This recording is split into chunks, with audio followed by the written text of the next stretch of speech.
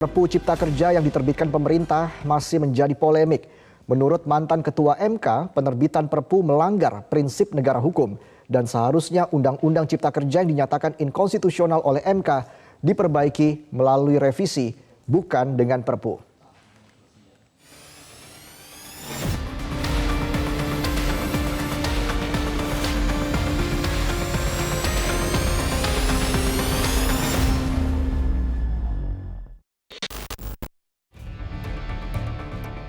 Sejak diterbitkan peraturan pemerintah pengganti Undang-Undang Perpu Nomor 2 Tahun 2022 tentang Cipta Kerja terus menuai protes keras dari sejumlah kalangan. Mantan Ketua Mahkamah Konstitusi Jimli Asidiki menyebut penerbitan Perpu itu melanggar prinsip negara hukum. Jimli menilai penerbitan Perpu Cipta Kerja berpotensi digunakan sebagai celah untuk menjatuhkan Presiden Jokowi. Pasalnya penerbitan Perpu tidak sesuai dengan keputusan MK yang menyatakan Undang-Undang Nomor 11 Tahun 2020 tentang Ciptaker inkonstitusional pada November 2021 dan wajib diperbaiki dalam waktu 2 tahun.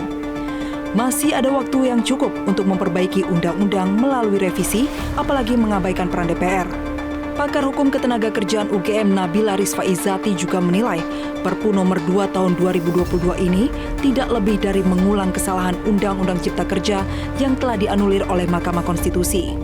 Betul, jadi ini justru seperti mengulang kesalahan yang kemarin gitu ya. Jadi karena sebagian besar isi dari Perpu 2 2022 sebenarnya adalah menyalin ketentuan dalam Undang-Undang 11 2020 mengenai Cipta Kerja. Bahkan kalau kita lihat dalam klaster ketenagakerjaan ada beberapa perubahan yang dilakukan yang justru menimbulkan ketidakpastian hukum. Semakin menimbulkan ketidakpastian hukum bagi ketentuan ketenagakerjaan itu sendiri pasca Perpu 2 2022 karena kan kemarin begitu dia diteken dia secara langsung berlaku dan justru imbasnya ke depan itu akan memberikan ketidakpastian hukum bagi ketentuan ketenagakerjaan itu sendiri. Sementara pakar hukum tata negara Ferry Amsari meragukan komitmen DPR untuk mengeluarkan sikap yang tegas soal Perpu.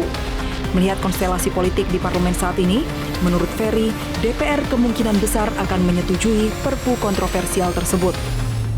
Saya pikir ini rancangan bersama ya, Presiden dan DPR sedang bermain upaya untuk mewujudkan Undang-Undang Cipta Kerja ini dengan berbagai alasan. Dan saya yakin secara politik ini akan disetujui oleh DPR sehingga nantinya Perpu akan menjadi undang-undang.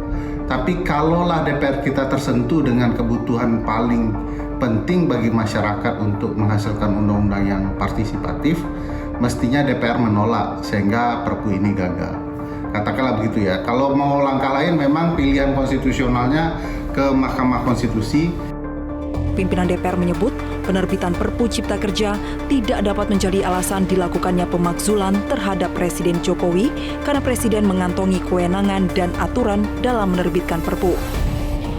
Perpu itu kan memang ada aturannya bahwa kemudian Presiden bisa menerbitkan Perpu. Itu kan bukan cuma zaman Pak Jokowi.